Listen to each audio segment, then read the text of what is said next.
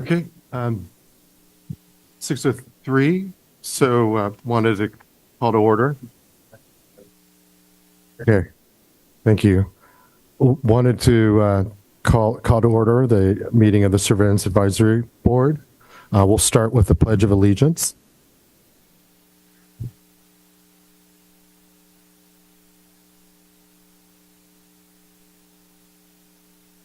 Pledge allegiance to the United States of America, and to the republic for which it stands, one nation, under God, indivisible, with liberty.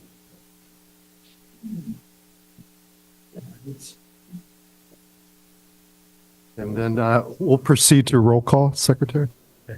Board Member Naran. Oh, just into the mic, yeah. Sorry. Raise. Hello, everyone. Board Member Stewart.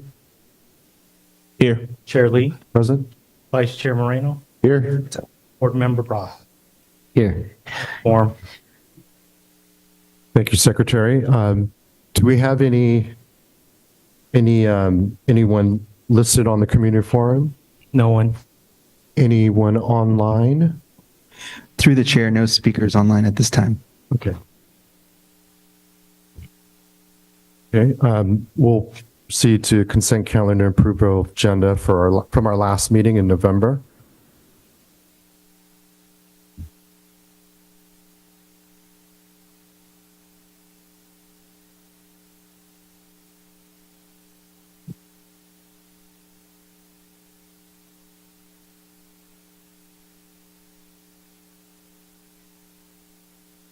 To do something. Sorry, it's my first day. So you guys have You to. can read the minutes when the Okay. chair calls for a motion. Okay, I'll get motion that way. Okay. I'll Oh yeah. call for a motion to approve last meeting's agenda. So moved.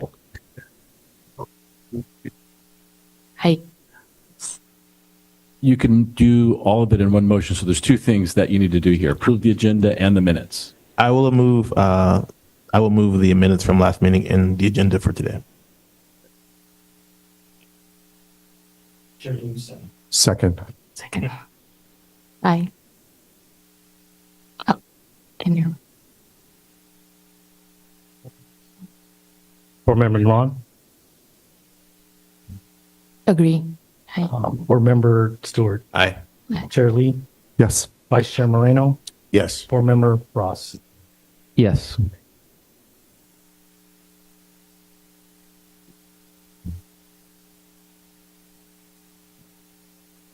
Okay, moving on to reports. Any report from the secretary? Only thing I wanted to report is that we have a new board member, Krupa Naran. She's from District 6. I just want to welcome her and thank her for being here and attending. Thank you, guys. Thank you, everyone. Okay. It's a pleasure being part of this board. And thank you. Okay, moving on to the report from the city attorney, Mr. Rice. And nothing to report this evening, Chair. And then report from the city council liaison. I don't see him present, but maybe he's online or left a report from someone. Okay. Proceeding to the report of the chairperson. Oh, chair, I have no report. But if any members of the board wish to report anything, now's the time. Nothing here. I don't have a report per se, but this could be something for a future item around all the articles, things are coming out about the flock technology. Is there a way that we could, we can do some research, or I can do some research, bring it back, and then share it as a report? Does that need to be added to the agenda? Or can I just add it to one of these open spaces? It can be added to the agenda. There's a process for that Okay. we have to follow in the municipal code. Okay. So what we can do when we get to future agenda items later is you can direct that your secretary add that on to your list of future agenda items. And then that has to come back. And this sounds cumbersome, I know, but I didn't write it. It has to come back to you at another meeting for you to consider whether to agendize it at a meeting to deliberate on it. So it's, you have to decide you have to make a decision whether you want to agendize it. That's one decision. So that's one meeting. Then it has to come back at a meeting after that for you to actually consider the item. So that's how that process works. So yes, we can't add it, but it'll have to go through that process, unfortunately. Thank you. Thank you for the clarification. Nothing else from me. Could I get one more clarification actually on that? If this were an item that someone simply wanted to do a report on, for example, coming forward and giving some insights as to the news going on with the flock system, that can be done as part of a report by a committee member. Well, the reports from members are supposed to be fairly brief. We're not supposed to spend a lot of time on it, or we're not supposed to be able to deliberate on those things. That's just giving information. What I'm hearing from Board Member Moreno is that he would like to give a report and probably hear from the rest of you as well, and maybe give the rest of you an opportunity to direct staff to do something along the lines of whatever comes out of the report. Thank you. And so if we were to agendize it for a more robust discussion, Right. we would vote tonight, for example. You can't vote tonight because it's not on the agenda to vote. What he can do is add it to the future agenda items. And I don't know if there are any other things on there. So if there's nothing else on there, we can bring it back at the next meeting to decide whether to agendize it. Is there not a vote to agendize? That's what I'm talking about. So that couldn't happen tonight? No. So the only thing that could happen tonight would be He can add it. He can ask the secretary to add it to the future agenda items.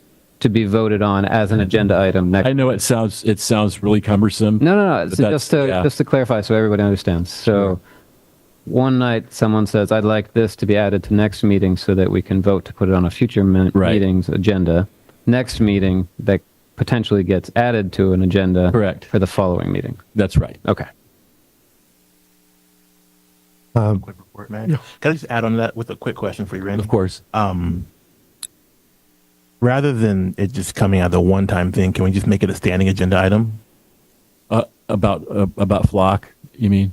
Just general news reports around surveillance technology. It can be a standing agenda item. And then members of the board can submit different things to the secretary, who can distribute the information to the rest of the board. And then in turn, we can have a robust discussion about whatever could be the news of the last month between meetings. So that would probably be something. The answer is yes, we could do that. But the way I would like to see that handled is for you to vote as a body to do that. And we can add that to maybe the next agenda when we add this thing to talk about. It can be part of that item, and then you can vote to add that as a standing item on the agenda. That would be fine. So to clarify, if we want to proceed with Board Member Stewart's suggestion to have a standing agenda item to discuss for every meeting, we need to vote on that. Actually, yeah, we need to. It's almost Yeah. like adding something to the agenda. It's the same kind of thing. All right. Okay. That sounds like a great suggestion. Thanks, Board Member Stewart. All right. Yeah, both of you. Okay. All right.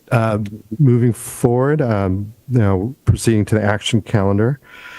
The first item on the action calendar is the Mobile Security Towers Live View Towers policy.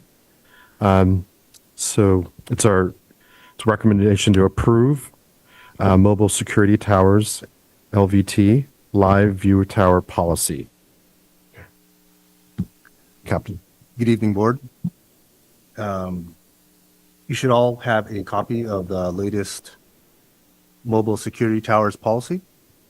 I did not attend the last meeting. However, I did watch it, and I know that we made live edits during the meeting. So please take a moment to go ahead and review, and let me know if you have any questions.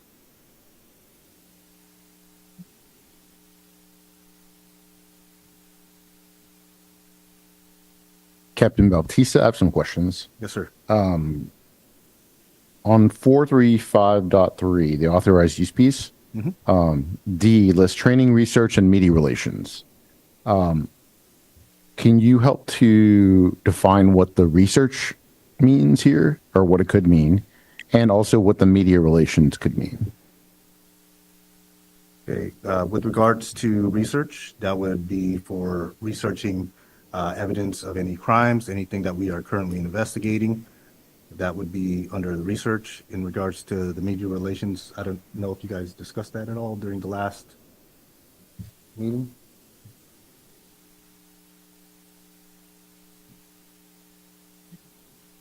We didn't go over that.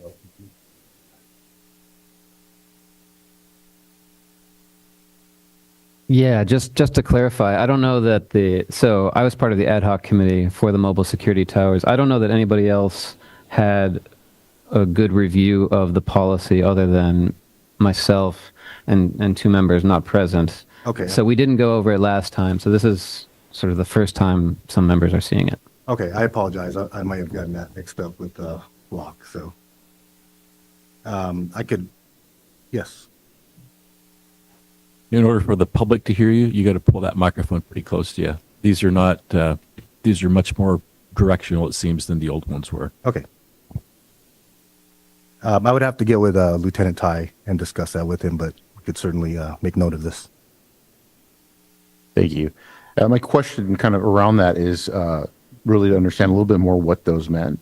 And the media relations part, because these are recording, out and about in the public, I'm interested to see or learn more about like how these videos are being used. And if non-criminal citizens are being recorded, how are they protected when things are being shared out social media wise? Okay. I'm just making some notes here quick.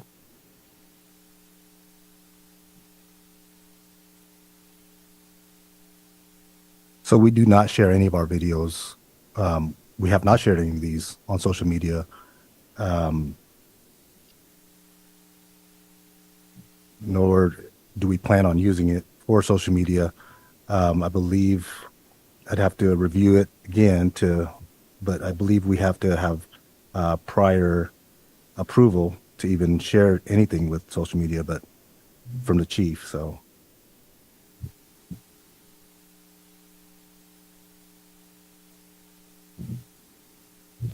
Thank you for that.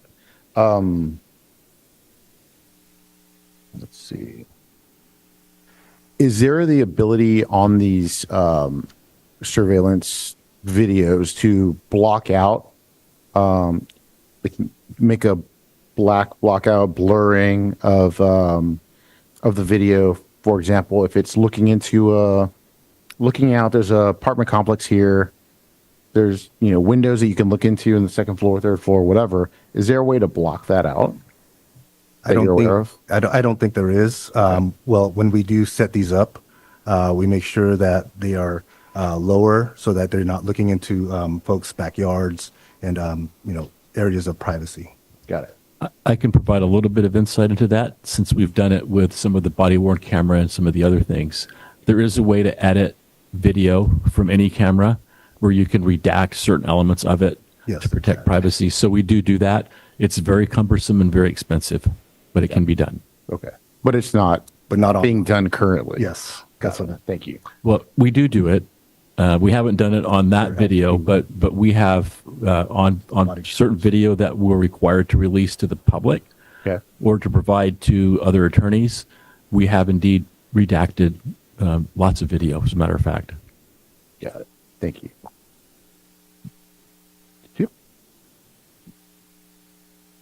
Microphone, please. There's a switch on it you have to turn on. Sorry.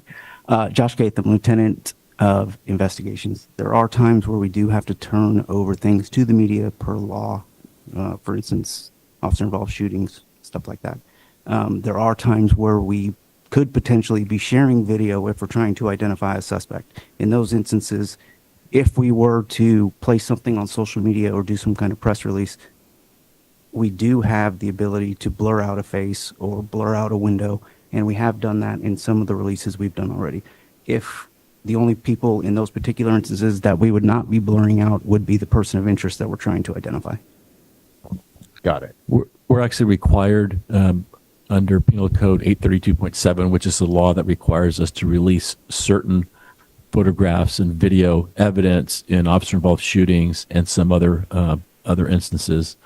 We're required to redact witnesses and any other personally identifying information, including license plates. And so there's a lot of work that goes into those. So it is done. And it would be the same type of thing if there were camera footage from these mobile security towers that related to one of those incidents. We'd be required to redact that information out as well. So bystanders, witnesses, even non-witnesses who happen to appear in the frame, we have to redact their identity out. So normally what we do there is blur the faces. Got it. Thank you. Thank you for that clarification. Kind of in that vein too, when you might be releasing a person of interest, is there stipulation or standard procedure that you have for, maybe they were a person of interest, but they're not the person you're actually looking for now? You put it out there, you actually found the person that is the committed the crime or whatever. So that person of interest is no longer person of interest. What are the guidelines for pulling that down from social media? If it's on social media, we would have the ability to either pull it down or post another thing like a retraction. Hey, this person's been identified. They are no longer a person of interest. Investigation ongoing. Something like that. So we could either take it off or we could just add to it and essentially clear their name, even though we haven't provided their name. We've done updated press releases when we have the ongoing investigation. So we do have updated press releases, and then we do, I'm sure you've seen where we actually post a picture of the suspect that we've arrested in certain cases. Got it. Going back to like a time frame piece, do y'all have a policy in place that, okay, we found out, that wasn't the person. We had, within 48 hours, we're going to redact or replace or update it on social media? I don't know of a specific time frame, but Okay. once we know that the person is not involved, we're trying to do it as soon as we can. Of course. Cool. Thank you.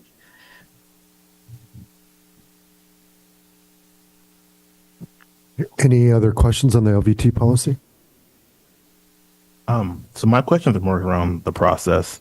And I guess to Board Member Barras, when or how soon when were you all complete with done with the policy and then submitted it to PD or the secretary? So it's going to be a struggle of memory here, but we had a meeting with the department, I believe it was in November, and we spent probably an hour and a half, 2 hours discussing the policy, making live edits to the draft with the department. And then before and after that, there's been some email exchange. But I think that roughly defines Okay. the timeline. I'm only asking, the rest of us didn't get this till yesterday. And so I would personally rather have much more time to digest this and kind of be able to go through and line by line, like we were able to, I think last meeting we did something similar, before approving it myself. But so those are my feelings, given that I haven't had time to take a look at it, and I only got it just yesterday evening. So those are just my thoughts around this. Thank you. My apologies on that. I thought that the draft was sent to all of you. So I apologize that you guys didn't get it previously to have longer review on it. So I'll make sure that happens in the future. There is no problem and that is a decision that you can make tonight. You can decide not to approve it and to come back at the next meeting and deliberate on whether to approve it or not. Yeah, because currently we're under a current, sorry, forgive me, current policy we're using from San Francisco, correct? The San Francisco policy was a guideline. So, but to that's develop what we're our draft using. policy. So what are we using now? My understanding was that we were going to follow that. Yes, we did follow that. Absent this one, right? Yes. Okay, so we're under the San Francisco policy currently. Yes. Okay. So I mean, yeah. So for me, there's no rush to move this.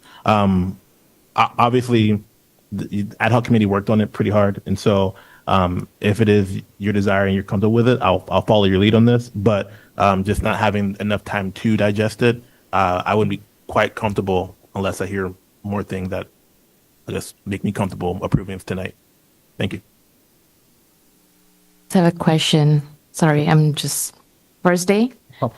I did some of the few research on it, and I'm also part of the flock process with my other board.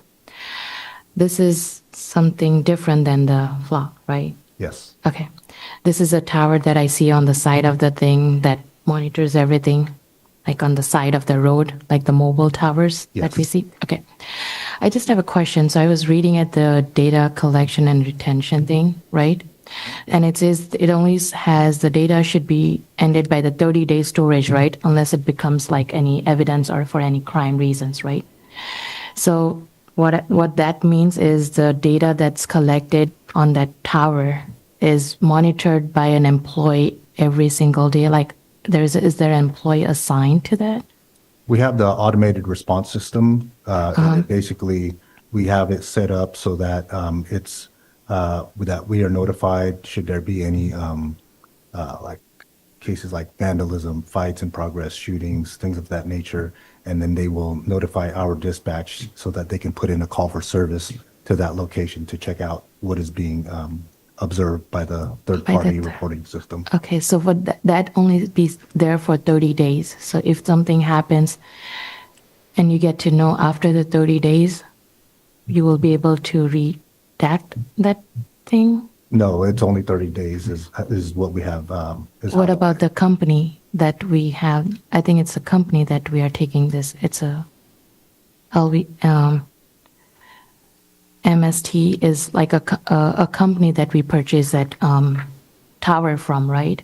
Yeah. Does that company has access to it? I'm sorry. The MST is just our generic. A generic. Mobile security towers. Right. The actual company is LVT, Live View Technologies. So do they have access also?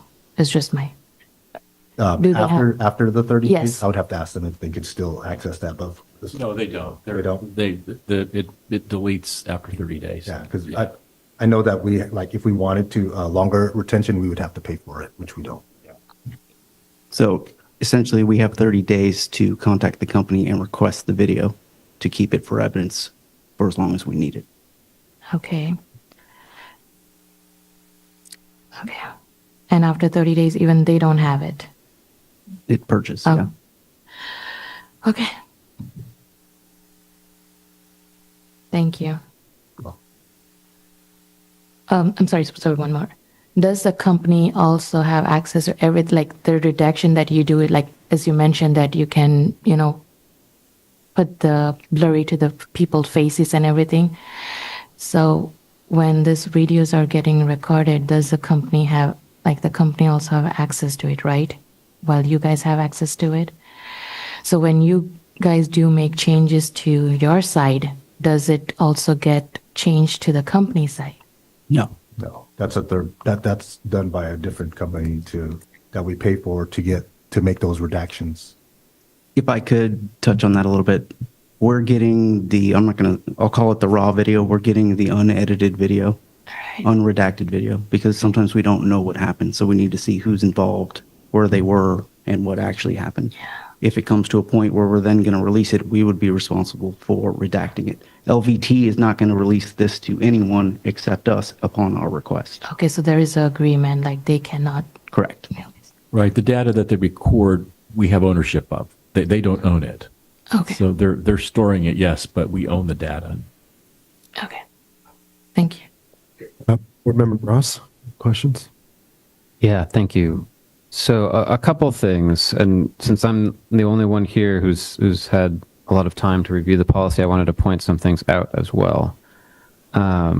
First, going directly to the new board members' points, in 435.6, data downloaded. I recall from our conversation months ago that includes both data that's being downloaded to the server as well as locally to a computer.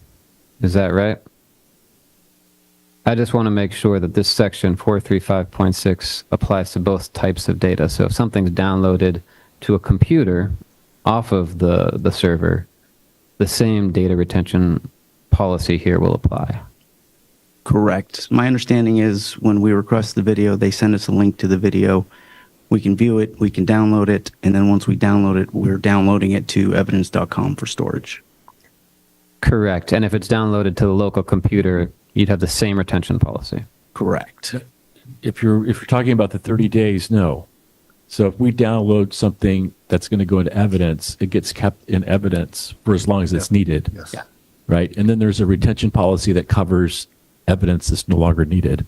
And I don't remember off the top of my head what the length of time is on that. Thank you. Yeah. So I remember very specifically sitting at the computer and getting a sort of a demonstration of the technology. So you can download to a local laptop or desktop any video that's viewed. All I want to do is make sure that that downloaded copy has the same retention policies. If it's going into evidence, it's treated under the evidence policy. If it's downloaded to a local computer, we don't need it anymore. It gets disappeared after 30 days. Is that correct? I could confirm that. I'll confirm that with the. Okay, Captain, if you've confirmed that is the case, I mean, I would just like to make one edit. It's just to remove to the server, just all MST data downloaded should be stored in accordance. Okay. That would be fine with me. That's the conversation we had, and I don't think you all had a problem with that. I think it was just a terminology issue about what to the server meant. Okay. So the other thing I wanted to point out was 435.4. And in my mind, this is the section of the policy that is directly protective of privacy rights, so it deserves a close look. And that first sentence there, that MSTs will not be intentionally used, ... to observe areas where individuals have a reasonable expectation of privacy. And just to point that section out to my fellow board members, this was put in to make sure that the towers wouldn't be put overlooking someone's, windows in their backyard and that type of thing. Then I also wanted to point out in 435.7, there's discussion of an audit feature. And we had an opportunity to go through that audit feature a little bit during our meeting with the department. And it is possible to get a printout of every individual login, how much time they spent in the system, etc. And I was wondering if there could be an addition to our monthly SAB or bi-monthly SAB data information, if we could get sort of an audit printout from the MSTs as well as at the same time we get the information about the drones, etc. Sure. I'll reach out to the company, see how long it takes for the request. And then lastly, I did want to raise another question about the features of the MST. Because I remember we had a discussion about they have the capability of certain AI features, certain facial recognition features. Could you talk a little bit about whether those features are activated, whether they could be activated, and if they were activated, whether that would be an issue brought back to us to discuss? I believe they are currently not activated, and the way it works it would just recognize a person if they were coming out of a store and they're repeatedly staying in the area for like loitering purposes. I'll go and expand on that.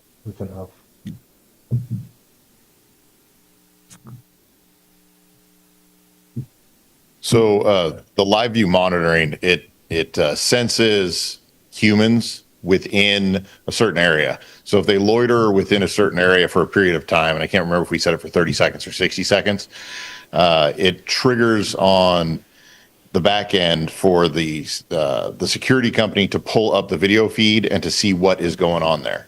If it's just somebody standing around in a parking lot having a cigarette before they get in their car to leave, they're going to move on to the next surveillance camera alert. If there's a crime in progress, somebody breaking into a car or a fight or a shooting or something to that effect, then they're going to call Vallejo Police Dispatch and report that there's something going on at that location.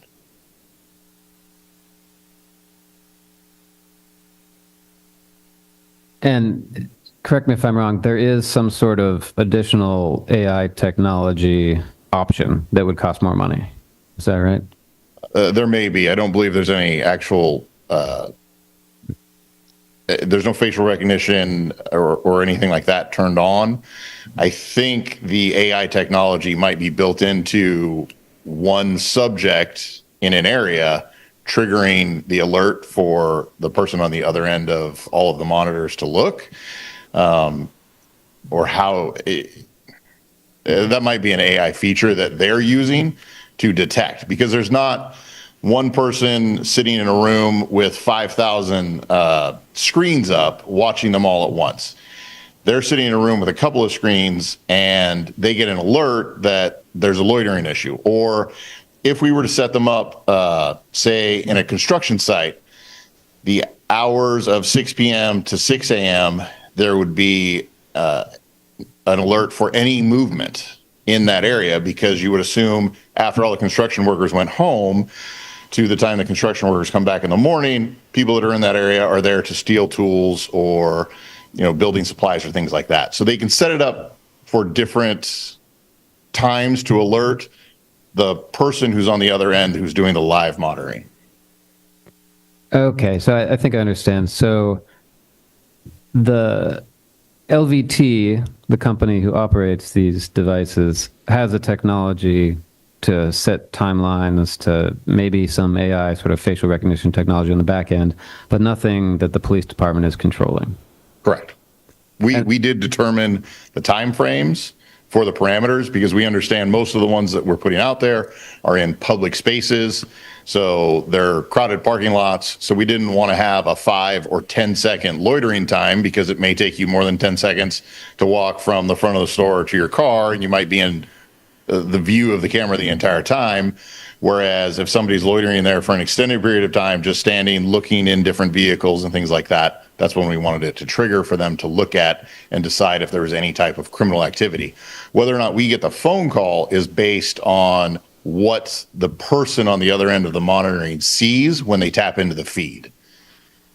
So you set certain parameters, and depending on the parameters and what is observed by LVT, they get a hit and may give you a call. Correct. What are the parameters and time that you to trigger the alert? As I recall, we set it for a maximum amount of time, which I can't remember if it was 60 seconds or 120 seconds, but it's somewhere around there. So it's kind of an extended period of time for the ones that are in any type of public place where people would be.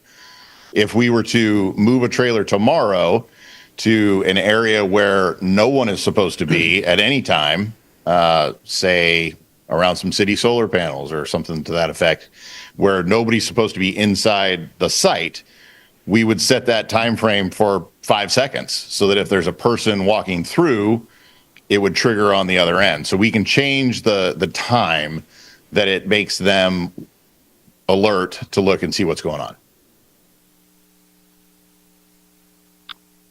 I know some of these have ALPR capability. Do the ones we have that? I don't believe that LVT has Okay. any ALPR capability. Okay.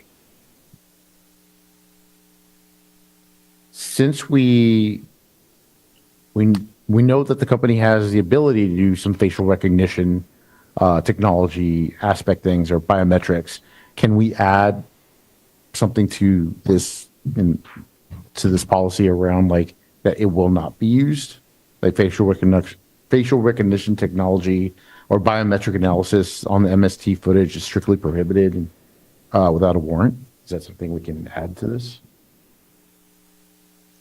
Correct me if I'm wrong, but it's my understanding the city of Vallejo has a moratorium on facial recognition. Like we can't use it, period.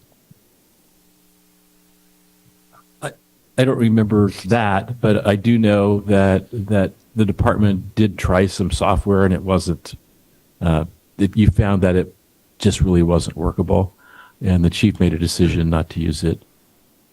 I recall that, but I don't remember that there was ever a moratorium adopted on the use of it. And I don't think LVT has facial recognition capabilities. I believe it only has uses AI, just as Lieutenant Huff said, to recognize movement of human beings moving in an area. It doesn't I don't believe it has a facial recognition ability. I mean, the way it would work is we would have to take the video, make a still, and then upload it to a facial recognition program and run it through that. And I think they feed social media into that, which is a big part of the confirmation process. But we don't have any facial recognition software to even do it. Well, we might not, but the, third party or whatnot might have these things, and we don't know. I mean, sounds like we don't know if this technology we have on the streets have it. So maybe we can clarify that. Okay. And then we can come back to that. Sure. And by third party, you mean LVT? Yes. Well, understand that whatever we put in the policy doesn't necessarily apply to LVT. That's the city's actions, what the city does with it. So LVT is controlled by a contract that we have with them, which says that we own the data and we get to control the data. So we can prevent them from doing things like that with our data, right? But the policy itself, to add that to the policy, would only stop the police department from using facial recognition, and you could do that, I suppose, if you wanted to do that in a policy. You could have a prohibition that you can't use the MSTs in conjunction with facial recognition software, which you don't use anyway.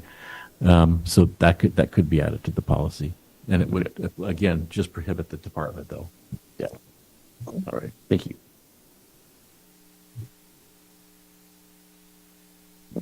Any other questions on the policy draft? Or comments? One last thing, which is to Board Member Stewart's point, since no one else has had as long as I have to review, we are currently, my understanding is we are currently operating under the San Francisco policy. I believe this is an improvement on the San Francisco policy. It's considerably more in-depth. But if the rest of the board is more comfortable having more time to review, that's not a problem with me. And it may give an opportunity for the other board members who are on the subcommittee to provide their input as well. I was just going to move. Actually, I want to move that we continue this until the next meeting, but also that this policy include the restriction of the use of biometrics in the technology, in all technology that PD has now or in the future. I believe the biometrics is used for that is what the ARS system uses to alert us. So, and that's prepaid for. So then could I clarify and say facial recognition? Yes, All right. that's what I was going to suggest. We'll do that. Thank you, Board Member Stewart. I wanted to propose to the only member of the subcommittee that's present here to since there's no motion to vote on it now, and it would make sense, I think, to have the two other board members that are on the subcommittee to be present in advocating for the policy.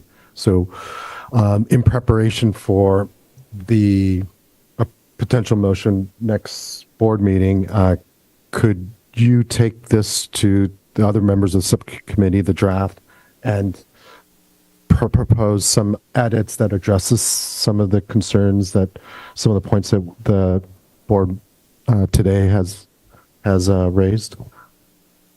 So to be another iteration, be another revision, and then we can hopefully have an opportunity to vote. Yeah, I'm happy to do that. I also have a question perhaps for the city attorney. Is there a standard practice for circulating a draft before meetings, something like that?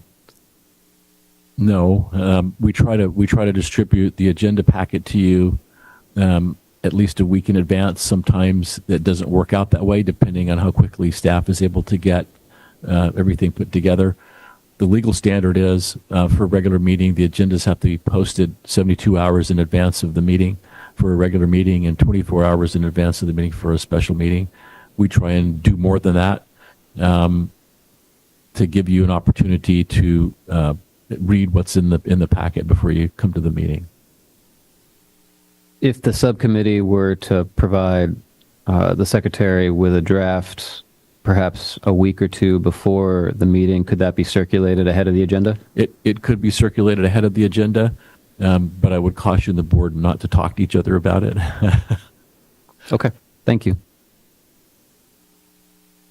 Quick question regarding the facial recognition inquiry. If I confirm with LVT that they don't have facial recognition capability, would you still like it added? Absolutely. I think the concern is what the department does with it. And am I right? Yeah, we can't control a third party. Right. We can't control MST. Okay. Although, remember, Go ahead. I did want to perhaps make a suggestion for you to consider on that. When we do prohibitions like that, sometimes we include language in there that in the event that somebody's life is in danger and if they could go to another agency with facial recognition or save somebody's life, you understand where I'm I going? completely understand. I'll defer to the ad hoc committee on that one. Okay. But I would trust those individuals to work through the kinks on that. Sure. Yeah. Okay, thank you, board. It seems like we've got a way to move forward on the LVT policy draft. Now we can turn to the next item on the action calendar. Chair, there was a motion that Board Member Stewart made, so we need to vote on that. Okay. He moved to continue it, and Sure. so we would need a second and then a vote, please. So I'll second that. So ready, move to vote. I know you already did second, but I have one question, if it's okay for them. It's regarding the data sharing for 4358. When I was reading this, the B on the backside where it says B, like data may be shared with law enforcement partners for law enforcement purposes, right? So does that also needs to get permission from the Vallejo, or it could be any law enforcement? Even the company can give that data to someone other law enforcement. No, they would have to get it from us. So they would have to contact us, request permission, and given it was a valid law enforcement purpose, we could then share it with them. Okay. Okay, thank you. Board Member Naran, I Board Member Stewart, Yes. Chair Lee, Yes. Chair Moreno, Vice Chair Moreno, Yes. Board Member Ross. Yes. Okay, moving now to the second item on the action calendar. It's listing all laws prohibiting data sharing in California. So, recommendation to receive a report summarizing applicable data sharing laws. And I'm going to give you one little limitation here. I focused on laws that specifically apply to municipalities. So there's not stuff here that would apply. There are other laws out there related to data sharing for corporations and businesses and things like that. These are laws that would apply to the city of Vallejo and other cities in California.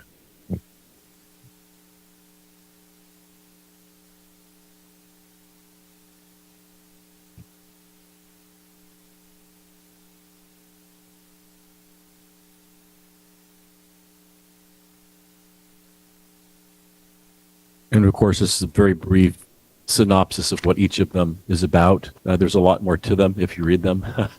And so I supplied the code sections there. If any of you want me to email you copies of the code sections for reading, I'm happy to do that.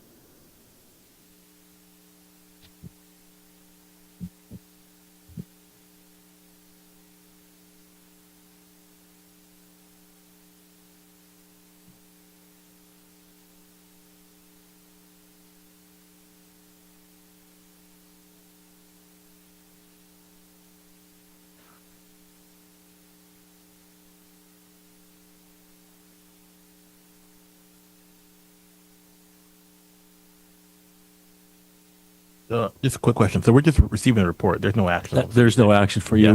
One of you asked to have this list. Yeah. I don't remember who did, but it was one of your future agenda items. Right. That's right. All right. Thank you.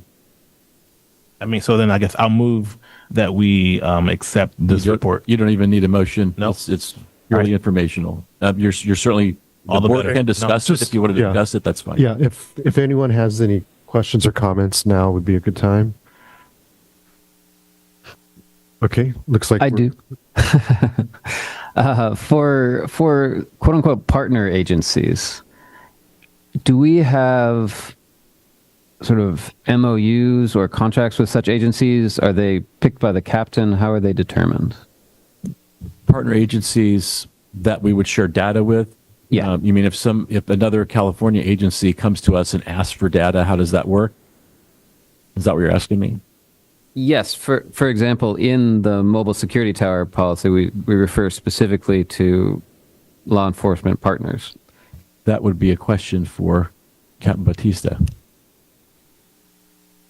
Because that's an internal process, how they make that determination. So what I can tell you on the legal side is that we cannot share data with agencies outside of California without specific permission to do that. So we're prohibited from sharing data with law enforcement agencies in other states. We're prohibited from sharing data with federal law enforcement agencies, but we can share with other agencies within the state of California. I don't know how often that happens, but the department does have an internal policy process for doing that.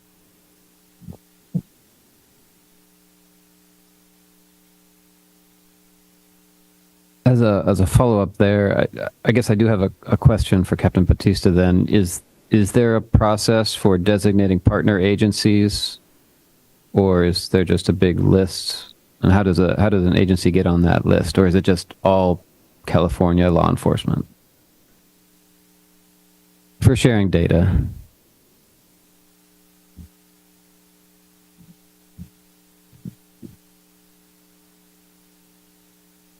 Are you talking about for sharing all data, or what data are you referring to? So taking the MST policy that we've just gone over as an example, it refers to sharing of data to quote unquote partner agencies. So I'm wondering, is that just a general term for California law enforcement, or is there in fact a list? And if there's a list, who decides who's on that list? I'm not sure. A list of who we share our data with. Is that what you're asking? Or partner agencies?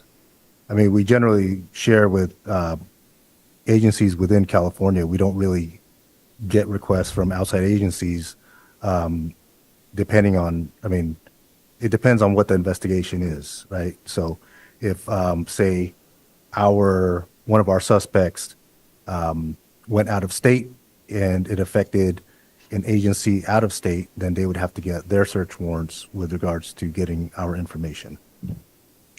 Got it. So I think I'm understanding that partner agencies is not a defined term. It's sort of a general umbrella term for anybody in California you're working with. Yes, that's what it sounds like. I'm not aware of any list that we have like with specific agencies, if that's what you're asking. Okay. Yes, that is what I'm asking. Okay. Any other questions, comments? One other question. So is there, among the lists of laws provided here, is there any restriction on how third parties access sharing of information. For example,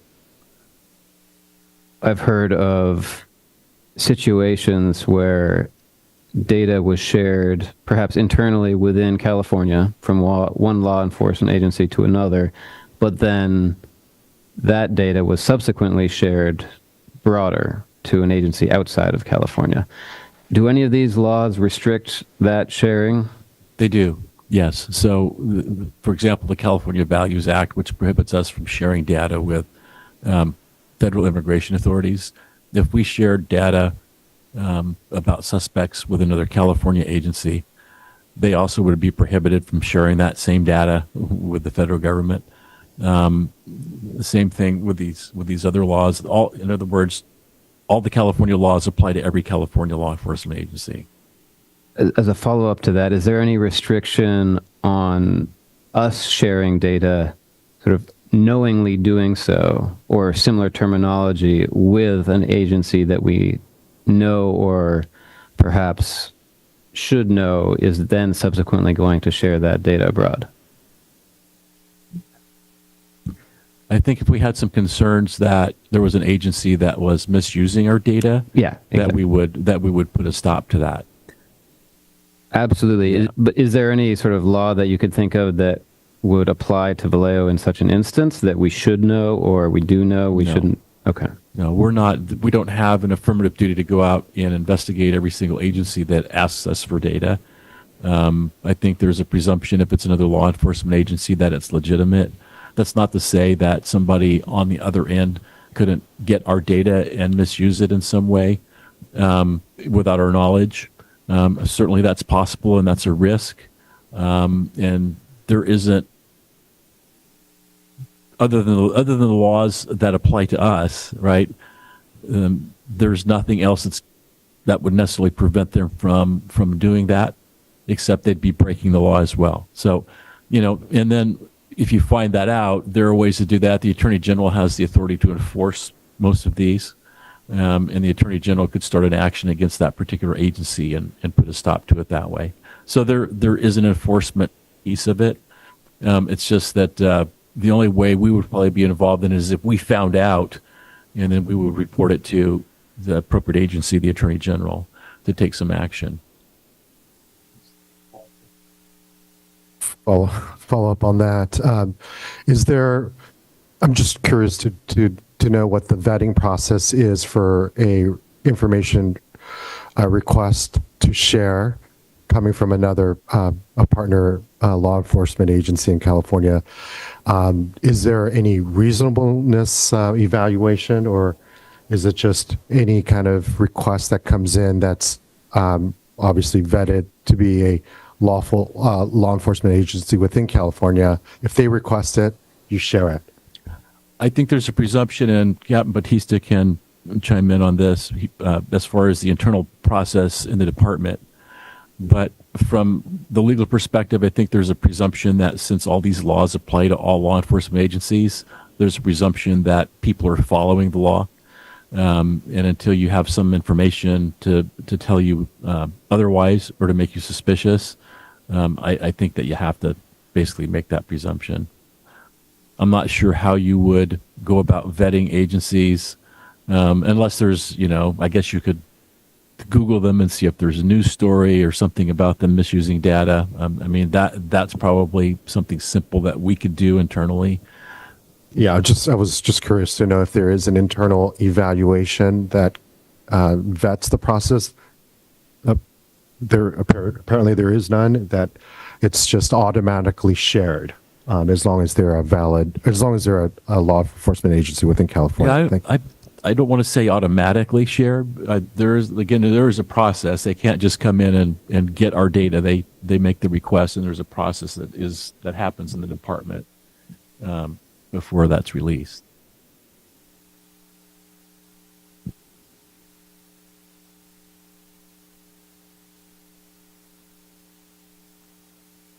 No worries. Yes.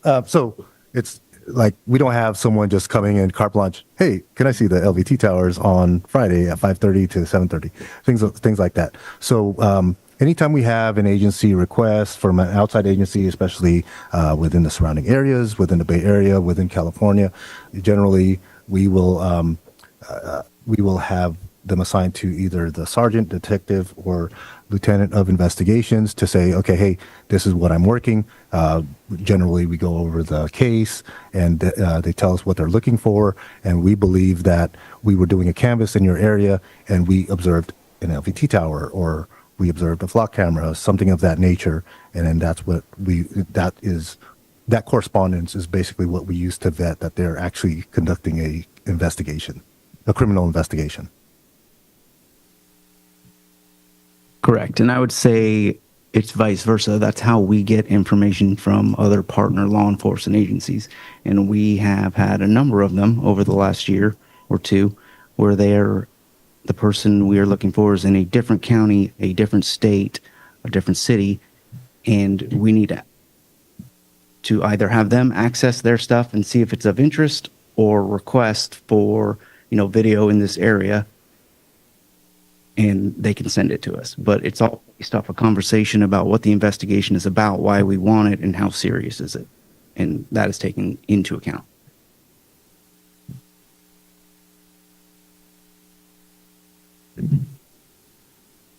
I don't have a question. Go ahead. One question.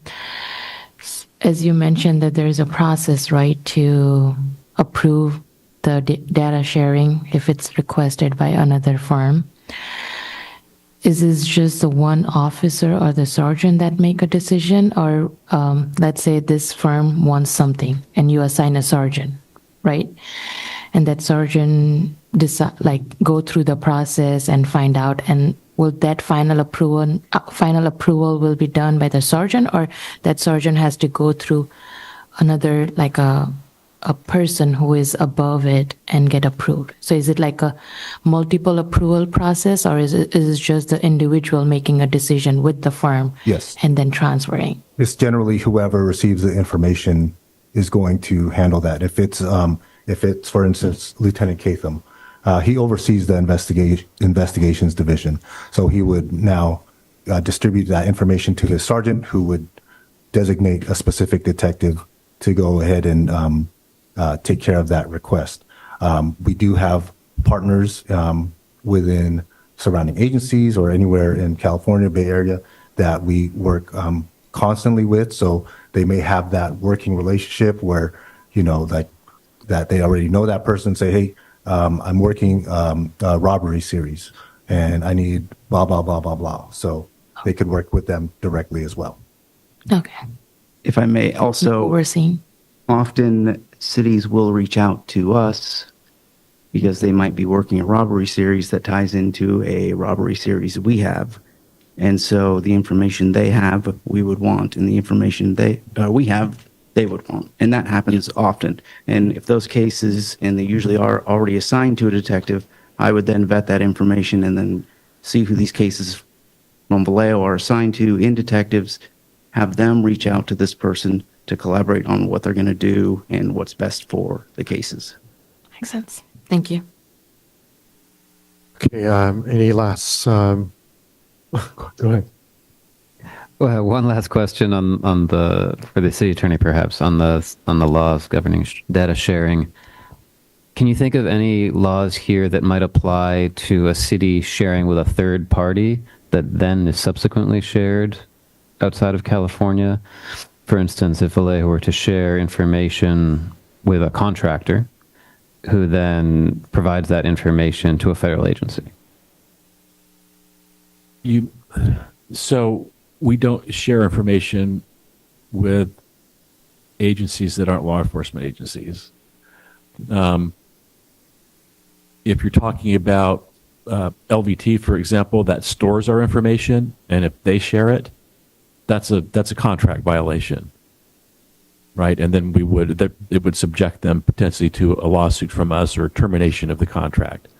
But there's not a specific law necessarily. So there's not a specific law you can think of, a California law, that would prohibit us from sharing with a contractor and then that contractor going out and sharing more broadly, but it is a contract violation. Correct. Correct. So we just have to be And there are careful. also with our privacy contract. laws. There are privacy laws that apply to those individuals as well, like personal identifying information. They can't, if they release that, that subjects them to potentially huge civil liability. So there's huge risk for them to do that. Okay, moving on to the third item. It's the ad hoc committee report on the work plan for the Surveillance Advisory Board. Well, I'll go. Given that I'm the only member from the ad hoc committee here. So we have an outline. We wanted to, from our last meeting we wanted to have all of you sort of opine on what you all would like to see from the work plan, given that we haven't been able to have a robust discussion here.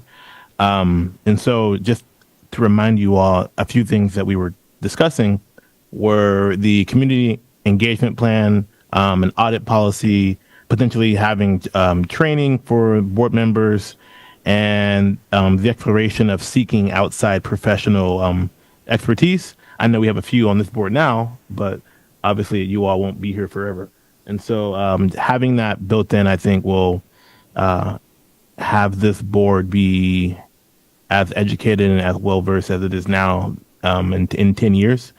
And so with that, that's sort of all I had. We can start with the community engagement plan. Peggy had, or board member Cohen had shared something in the last meeting or the meeting prior to that. But, what does that all mean to everyone here? And then we can go down the line in terms of the different items that I listed off and as to what everyone wants to see. And then my hope is that the ad hoc committee can meet again between now and the next meeting, and we can formulate all these things and put them all in a work plan. Because additionally, I wanted to do the work plan because I want to move this forward in one fell swoop for us to get everything that we want to get into the work plan. Hopefully council approves it, rather than having us have to do each thing and then it gets caught in the list of like 70 plus referrals. So rather us present to them one work plan than 4 or 5 different referrals of different items that will get piecemealed and we'll have to put it back together. And so I guess my first ask would be if you all are interested in a community engagement plan, what does that look like? Do you see the value in that? And if you do, how do we sort of parse that out, or what some things we should incorporate in that and then bring back? I'll happy to chime in. I think community engagement would be a great thing. I guess if you haven't thought of it, are there any other boards in Vallejo that do any sort of outreach to the public other than simply posting agenda and a meeting time? And if so, could we do something similar? I don't think we've ever had a public comment in my time on the board, which has been about 6 months now. So it'd be great to have community engagement. So if there is someone else doing that in Vallejo, that'd be great. I know just specifically the Economic Development Commission, they do outreach, but for obvious reasons, they engage businesses. But other than that, I don't think that there's another board or commission that does community outreach. There's one instance that I'm aware of where Beautification? The Measure P committee went to council and asked them for permission to do a community engagement session, and the council authorized them to do one. That probably would, if you put that in the work plan, you could get authorization for a longer or greater number of sessions. That's the goal. Yeah, that would be the right process. I'll note that. Yeah, I think that's a great idea. I mean, even if it were just one session on a popular topic where we could get the public's engagement, that'd be helpful. And the reason you need council buy-in on that is because it requires staff time and expenses that have to be incurred to support you. One thing I mentioned in our ad hoc meeting was that we could do it elsewhere than downtown, maybe somewhere centrally located, or even North Vallejo or East Side or something like that. So we can, again, if the group's amenable to that, I can take that back and discuss it with the other two. Hopefully they'll just watch the recording as well, but I'm notating everything we're talking about today.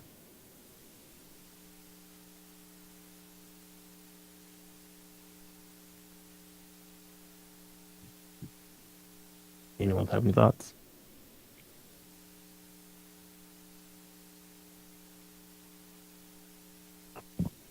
So what's your goal from the community engagement aspect? Can you just give me like a quick summary of like why you want to do this? Well, it's not my goal. It's to get the goal, the whole board, or at least the majority of the board, to see if it's something that the board wants to do or sees value in. I don't necessarily have I'm biased one way. I think we should engage the community. We've had a few folks come, actually, honestly, before Member Ross came, a few different folks come and talk about being followed by drones and did this and that. And there's varying discourse in the various Vallejo forums. And I think that it'd be important for us to be able to go out and share information with the community. Whether or not they take it, that's a whole other issue, but we're providing it outside of the confines of the city campus, so to speak, on a Thursday night where folks are probably not paying attention. Thank you. What are the reasons that you say you're biased? I know, I'm totally for it, but I want to know, what are we going to do? What are we going to present? Are we bringing drones to show, this is what a drone is, and this is how you report it if you think it's following you? I think those are some of the things that I'm thinking of. Just, one idea that came to mind is actually, it's some canvassing that the Measure P board has done at the farmers market on Saturdays downtown. So they'll have a booth, they'll have some members of the board discuss options for the choices that citizens will be voting on to fund different options for Measure P. So similarly, we could have a table and talk, some members of the board can talk about, the purpose of the Surveillance Advisory Board Commission, put a face to, members of, put a face to the board, have comments to address to, have a list of issues maybe for residents to note, saying, representing their concerns, their wishes, and then we can take that back here, to the actual board, and we can discuss how to propose recommendations, actions that are responsive to those concerns. So that's one idea.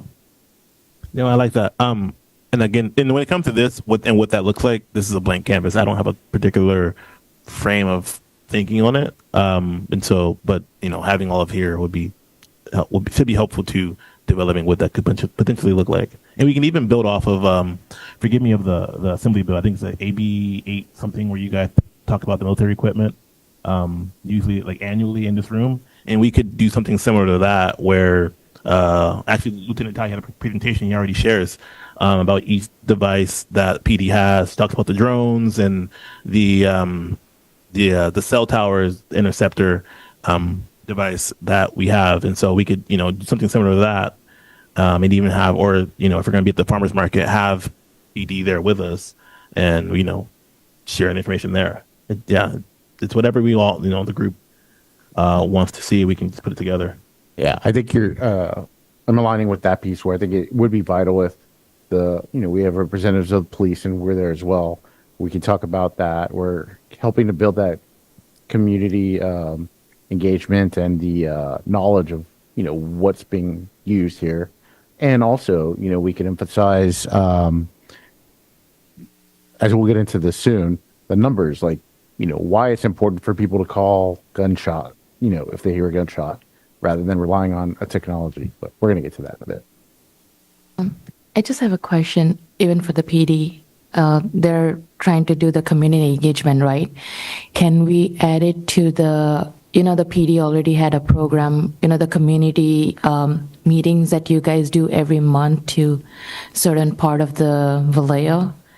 can we just add it to that?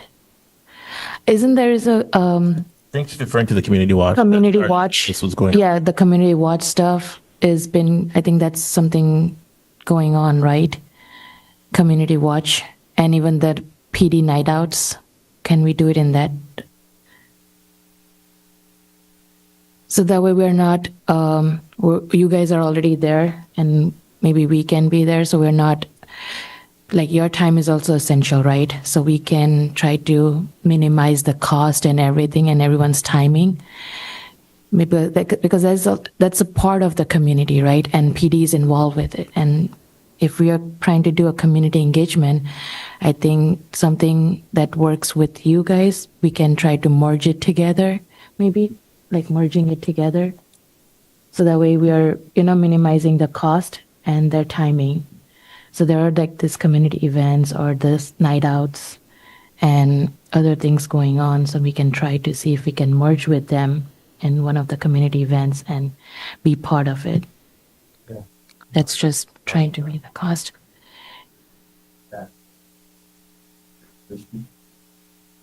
Microphone, please. Oh, I'm sorry. Apologies. No, I think that's a good idea. And you could certainly reach out to Sergeant Hollis, who is our community engagement sergeant, and piggybacking on the existing events that we already have going on. So I think, that would take out the framework of having to build it from scratch, right? And then just showing up and introducing yourselves as the Surveillance Advisory Board, educating them on what you do, and different ways to notify you for any concerns, things of that nature. So, I'll just say this. I appreciate your thoughts in the comments. I'll say this. There's a difference in the message that we send when it's PD led versus community led. And I think that is what we're trying to get at. This should be a community effort. We represent the community, right? We are the representatives of the particular council person who appointed us to represent the community. I think PD should be there, but I would caution us as to sort of tack on to what PD does, given that, again, it sends a different message when it's led by the community as opposed to the police department.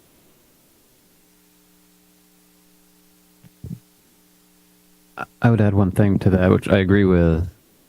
I'm seeing 4 goals for community engagement, and I think some of the suggestions address one of those goals, which would be sort of information on surveillance in Vallejo. So the technology used, how the police department uses it. Some of the other goals I'm seeing or have heard from other members, information about what we do as a surveillance advisory board, getting people actually engaged in these meetings and to come to meetings as another goal. And third, and an important one, getting people to know who we are and be able to submit their concerns, their questions, so that we can discuss them at the meetings. So maybe, I'm sure there are others, but those are the 4 primary goals that I'm seeing for a community engagement piece. I caught 3 of those. You said information, what the board does, submit concerns. What was the 4th one? Information about the board, information about surveillance, engagement in the meetings, and concerns. Gotcha. I put those first 2 together. That's what it was.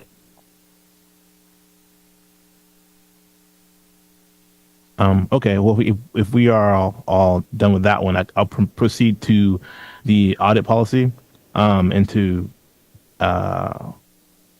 my vision around this was to create a policy where PD is auditing the use of technology outside of there being a cause for it, kind of getting ahead of it. And, if we're seeing anything improper, we're getting ahead of it before it becomes a larger issue. Simply just like that. But if there's a framework, I do have a framework, and thank you, Lance, for sending all the different municipalities, and thank you, Randy, for supporting with that. So I will build off of what they have submitted. But if you all have any other thoughts on that, I would appreciate that. Did Flock get back to us about other entities that were doing auditing? Did they share that with us? Because that's something they took back and said they were going to do. So Flock was actually unable to find an auditing plan. They basically found policies that included auditing requirements. I believe that, Randy, were you able to get something from San Diego? I did. I received one from San Diego just today. I'll share with the board. Okay, thank you. Thank you. But yeah, do y'all have any other thoughts about that?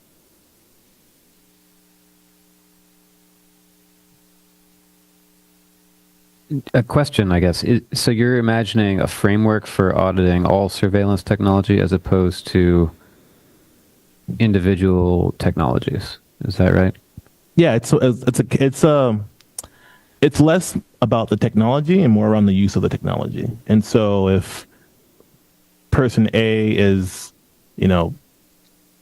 using the technology outside of the time where it's reasonable that they would be, the appropriate sergeant through this audit would catch it because, it's like, hey, you don't work Tuesdays at 4, but you were in the flock system at Tuesday at 4. What's going on here, dude? So that's sort of the idea.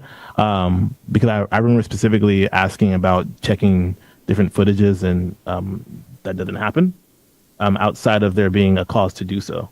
And I want to, as this city moves forward and getting to a place where the community trusts and is more comfortable with the police department, I think these are the sort of things that we should implement and sort of lead the way, so to speak.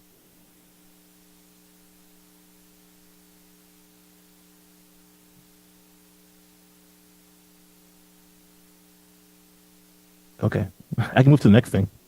Yeah, it's a big item, the auditing, and I guess it's going to require quite a bit of work on the subcommittee's end to come up with a good framework. I don't have too much to add other than it does seem very important to make sure that sort of an overarching audit policy is consistent with and ties into the existing policies and how we do audit individual technologies to make sure that there's not conflict between sort of an overarching policy and individual policies. Anyone else? Or I can move on to the idea of training. I think that's pretty simple. I mean, I guess just whatever, I guess they're more so towards you, council. If they're the sort of a standard, I don't know, cost to training members of commissions, and particularly, I guess, these commissions, maybe we could look at other cities and see what it costs them to do certain trainings or around technology use and surveillance of technology, and then, come up with a number and submit that to council at some point. That's exactly how you do it. Yeah, you need to have some kind of estimate for what you want to do, how much it's going to cost, and then you would put that through the council's budget process, and they decide whether they want to do it or not, or whether they want to give you as much money as you're asking for, or some different amount. And so, I mean, and then to my fellow board members, if you all have any thoughts on training or any particular trainings that stand out to you that you believe would be important to the rest of the board to take, or even just board members in general to take.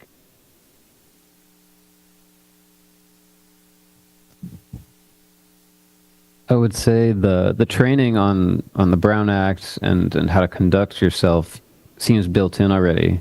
That's great.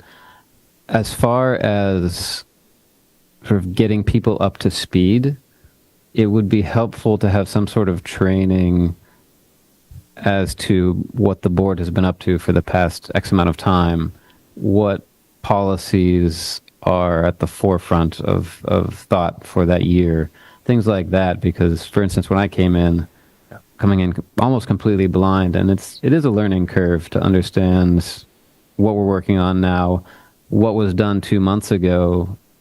I may make a comment about a policy and want to change when the board just approved a separate policy not too long ago. So having some sort of historical knowledge would be really helpful.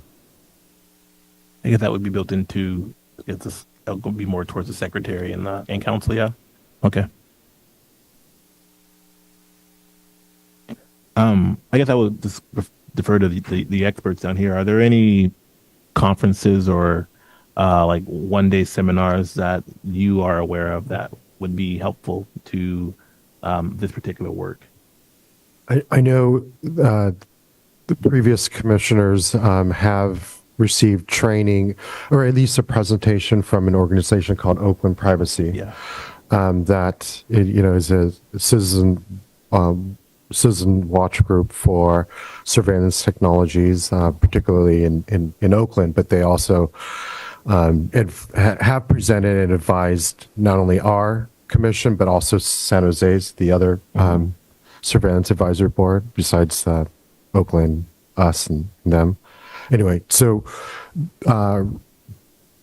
reaching out to them, I can get a contact. I think I got a name from the previous chair who we can contact. I haven't received that training when I was onboarded, but maybe we can think about a appropriate cadence. It's just when someone new is coming in. I don't know.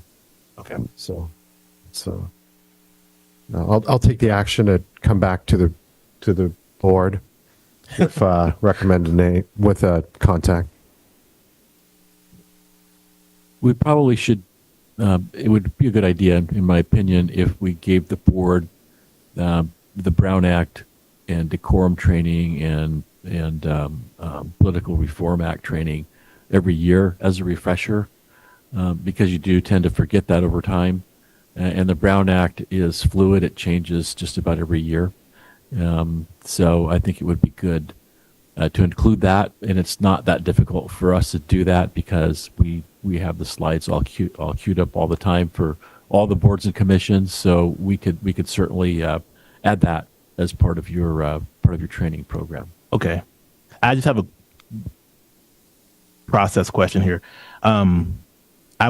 This is just a suggestion, and I would suggest, I think, that because there's always board positions opening, either at the first of the year or the middle of the year, maybe as the city would put together maybe every 6 months of training for board members in general, because I mean the Brown Act, for the most part, all the boards have the same rules to follow. They do, yeah. And I think for you or whoever the council is to give that to every meet, or to 4 or 5 different commissions would be with your time. But maybe it may be better to do it on like a Thursday evening. Say, hey, commissioners, you were sworn in January. It's May. Let's do your Brown Act training. I don't know. I mean, maybe we do it as a board. I mean, if folks find the value in that, but I think we usually make it part of an agenda. Right. You have regular meetings. Right. It's generally an hour and a half, 2 hour training. And so we just do that at one of your meetings typically. And we do it. My recommendation is on those kinds of things to do it once a year. Yeah. I'm not opposed to it, but I'm just throwing it out there because there's, new members on a lot of commissions. If you do it once a year, it gets recorded. And then if you have new members after the training, we can send them to the video, which is what we do now. Okay. Anyone have any thoughts on training, or I can move forward to the next thing? I do. Are there, just for the city, are there any other boards that have a structured learning, training type of thing that we're trying to, spin up ourselves? There is, and that would be the Police Oversight and Accountability Commission.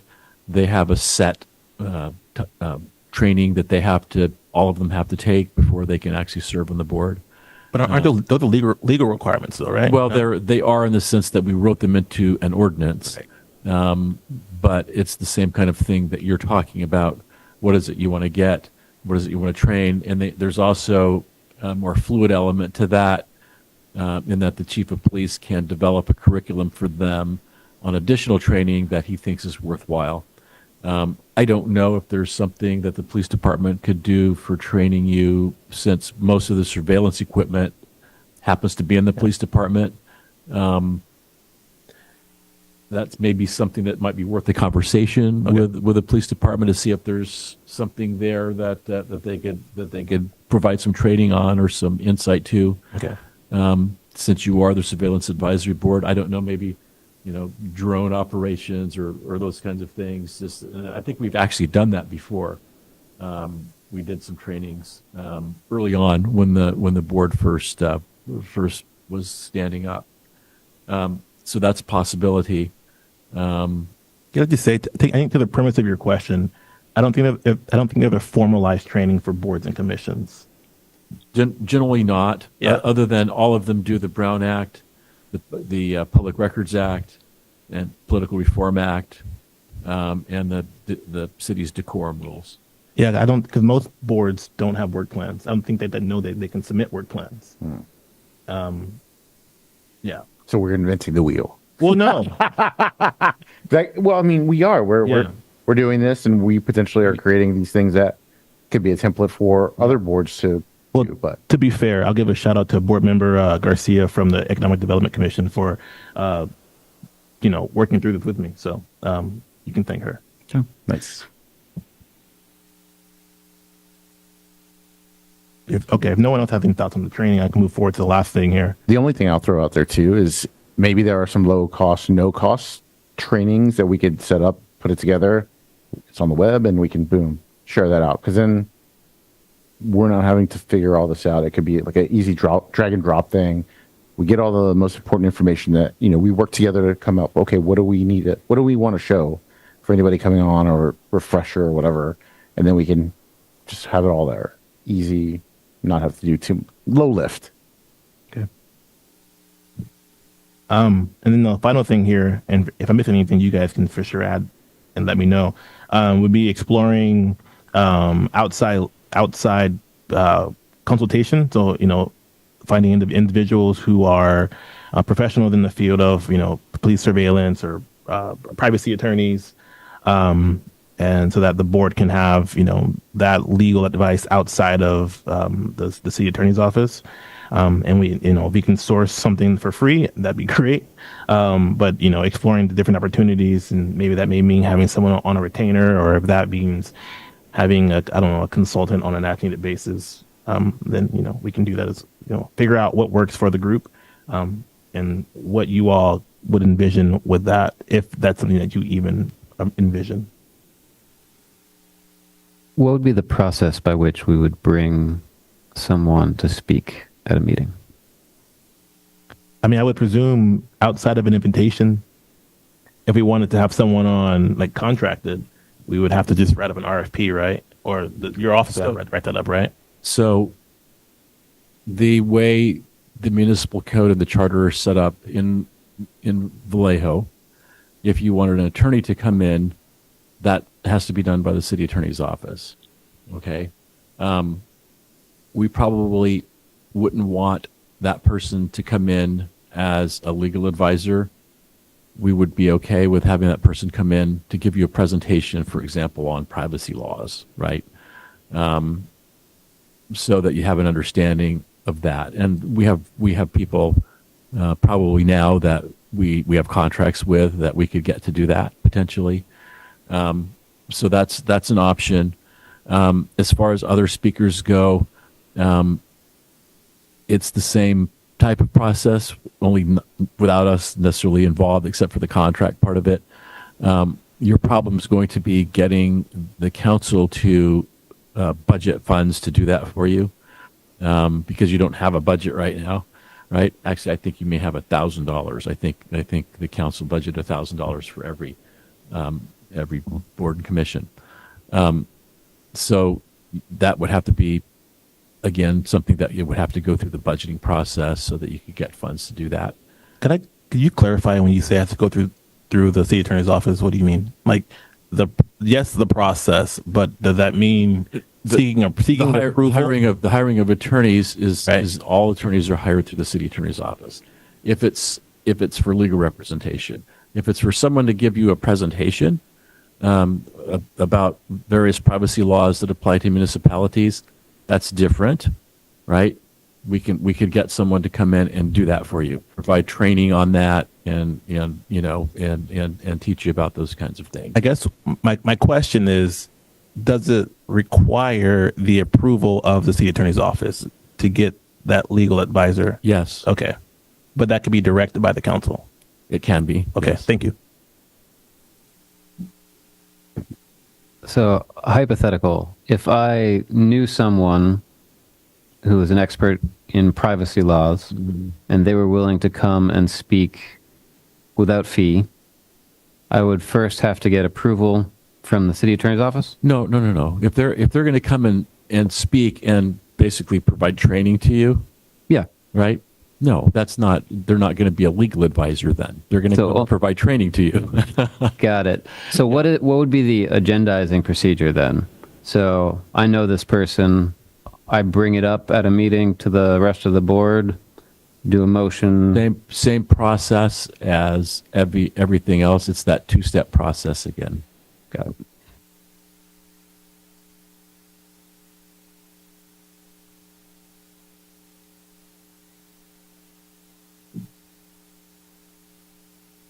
Any other questions or comments on this item? I think I have enough notes, unless you guys have more to share.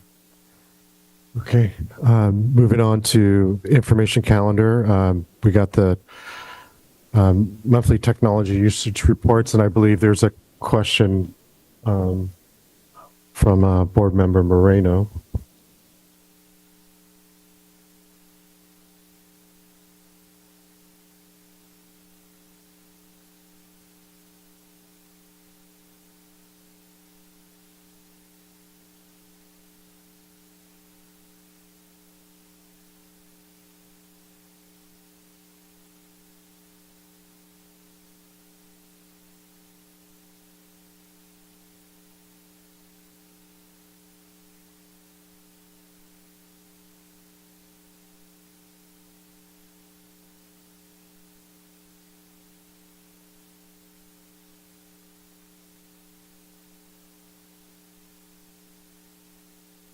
Yes, thank you, Chair.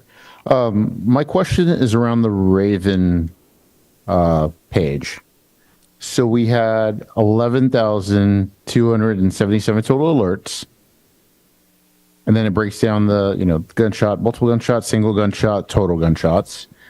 At the bottom, we have the shots fired calls for service. So we had 615 shots fired calls for service, and Raven shots fired alerts 952.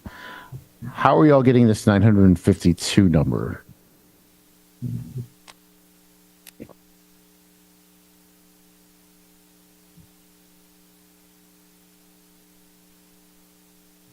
I would have to ask our crime analyst if he's referring to the monthly, or if it's where exactly he's getting the 952. I get it because it doesn't add up to what is currently on there. So yes, I'll absolutely inquire about that. Thank you. And I guess while I'm on this,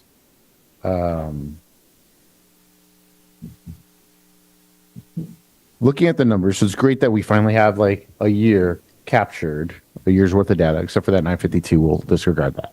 But the total alerts, we're seeing full numbers from a 1 year perspective. 6,975 of those total alerts were firework alerts. So that's a lot of noise that this technology is capturing. How are the police how are the officers that are working dealing with these firework alerts versus a gunshot alert? They have the ability to turn off those alerts. We have asked them to only have the alerts turned on for single gunshots and multiple gunshots. Otherwise, it could actually cause system to slow down, especially with dispatch, because dispatch monitors it as well. So the network would be inundated with alerts. So we've asked them to only have single gunshots and multiple gunshot alerts on for receiving alerts. Got it. Thank you.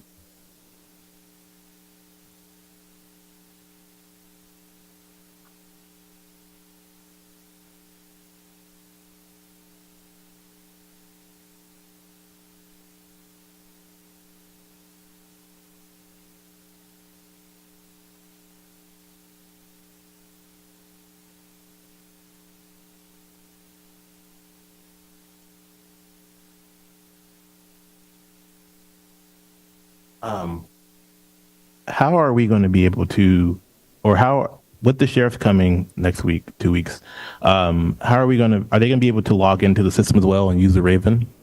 Will they get gunshot detection alerts in their cars? Are their vehicles outfitted for that? No, they would actually have to go through training, get a login. Okay, so they won't be able to No, log in. they're, Okay. yes, So they're, they'll just get hits from dispatch when dispatch calls. yes. Okay, thank you.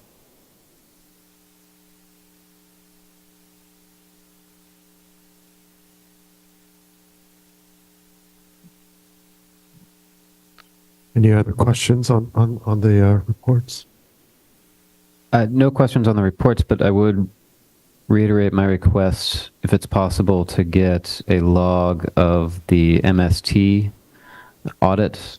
So what users have used for the past month. Certainly, you're talking about for LVT, right? Correct, yeah. Okay, And will thank do. you.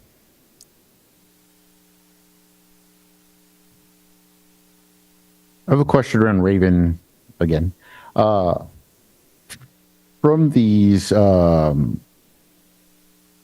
thinking about the effectiveness of this, we had the almost 1,500 gunshot alerts. How many? I'd love to learn more about like how this is leading to arrests, how it's leading to cases solved. Like having that more of that information would be great to see. Oh yeah, this is actually working, and this is great. We should keep buying this and put them all over the city.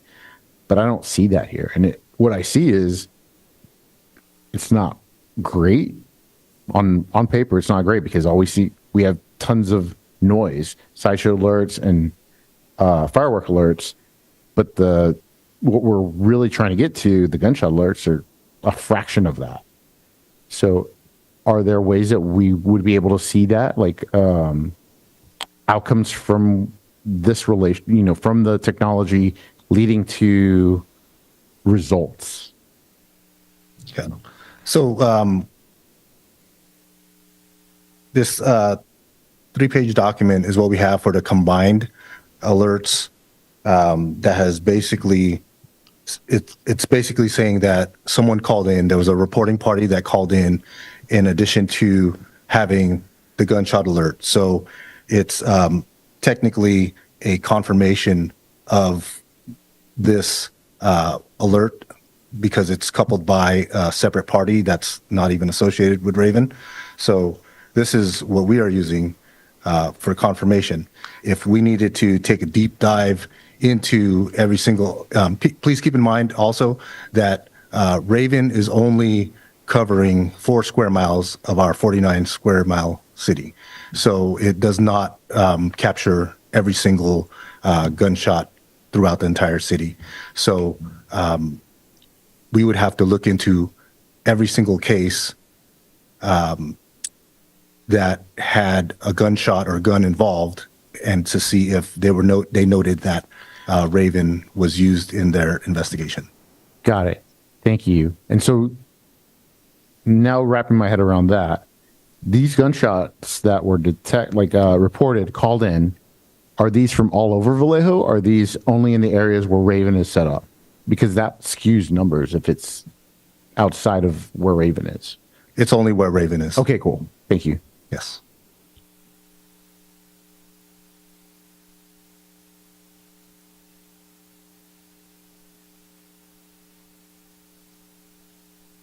Sort of as a quick follow-up to those questions, so there are roughly 40 incidents where the police department has been able to connect a Raven alert with a shots fired. So the examples listed on pages 26 to 30 or 28. So is it possible for the police department to also indicate in these events, these 40 some odd events, if there's been an arrest made or a suspect detained, or whether there was a homicide identified at these particular incidents where we know Raven has actually assisted in locating where the gunshot took place? Yes, there certainly is an ability to do that. However, we have one crime analyst who does everything for everyone in the entire police department, and he would have to look up every single one of these to get that information, in addition to providing all of the other usage reports that we already provide. But it is possible. So that's sort of what's done for the other reports. So you're looking at the cell site simulator. There's, this was a warrant obtained, etc. And I recall it, or I hope it wasn't too difficult to associate shots fired with a Ravens alert on the same date and time as you've done here.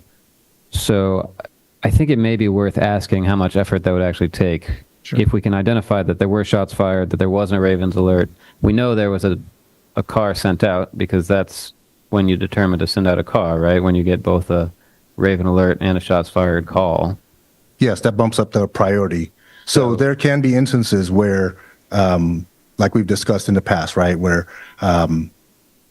we did get a reporting party call, and then we also got a Raven hit. However, even with the combination of those, there wasn't a victim on scene, or there were no shell casings on scene. And then that could have been the use of a revolver, or the suspects cleaned up the scene prior to police arriving, things of that nature. So those are the things we do take into consideration. However, if there is a case number or any investigation attached to these, I could certainly have our crime analyst add it to this report. I guess it would be my preference to have it added. I don't want to, of course, every time we add a request, it's on the crime analyst, and I don't want to overburden that person. But hopefully it's not too difficult, given that we know the time, the date, we know someone was sent out. We can possibly get more information about what happened as a result of that. I'll certainly have that discussion. Thank you.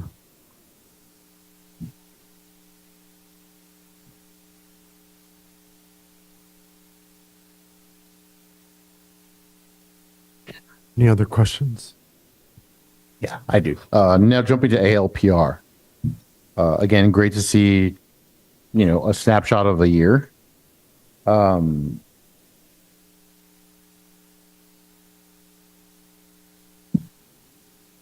it looks like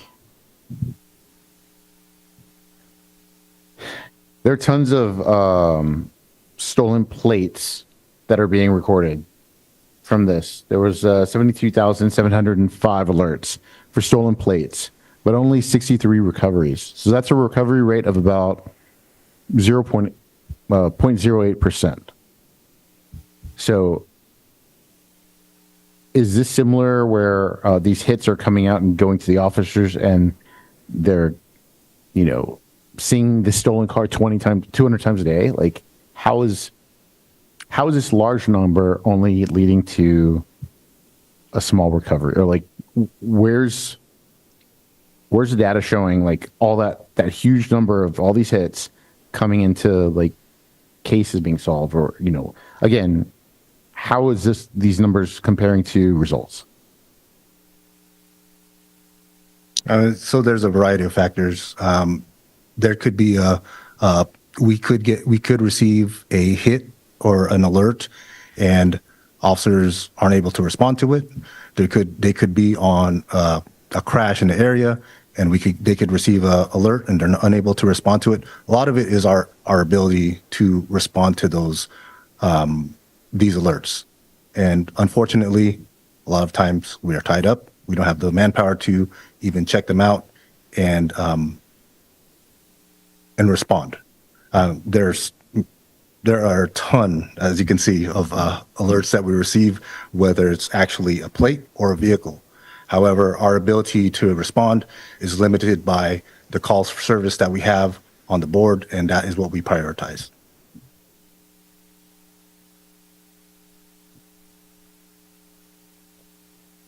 Yeah, go for it. I just want to make sure that I understand from previous discussions we've had. The hot reads, they're not the hot reads, but the cars in the system aren't all cars put in by VPD, right? They're put in by partner agencies as well. Yes. Okay, so all the cars, they're not necessarily from Vallejo, but they're in the system as stolen or suspicious or whatever the reason, and they just may happen to go through a Vallejo ALPR. Yes. Okay, I just want to make sure I understood that correctly.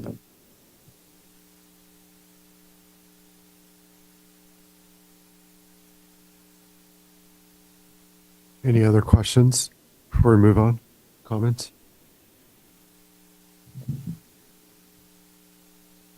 When so say a car's in a hot list, how long does it take? And car's in a hot list and gets recovered. How long is it that it gets taken out of the hot list? Say you recovered the car, gave it back to the owner. The owner, got it back. Is there a time frame where y'all were part of that, and you're like, okay, well, it's back with the owner. We'll change it in the system. It's up to that investigating officer who inputted that hot list to remove it. Got it.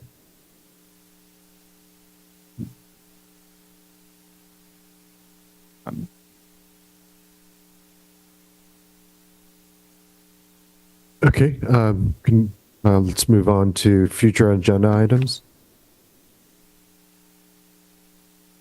More so have a question, if that's okay, right? For council. I remember, and please correct me if I'm wrong.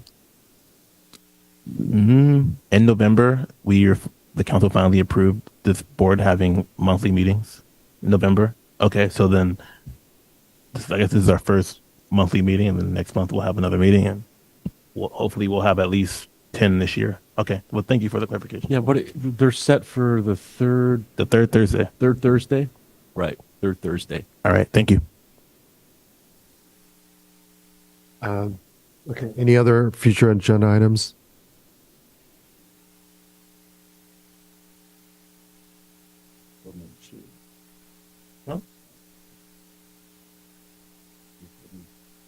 Oh, yeah. I was going to let you have that one. I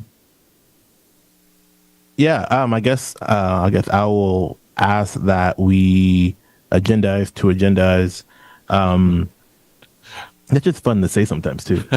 That we have a standing item on the agenda, and Board Member Moreno, would you like to refer to it as, I don't know, maybe media updates and surveillance? I don't know, something cute like that.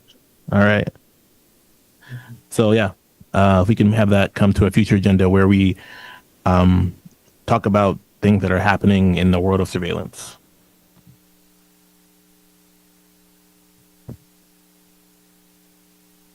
And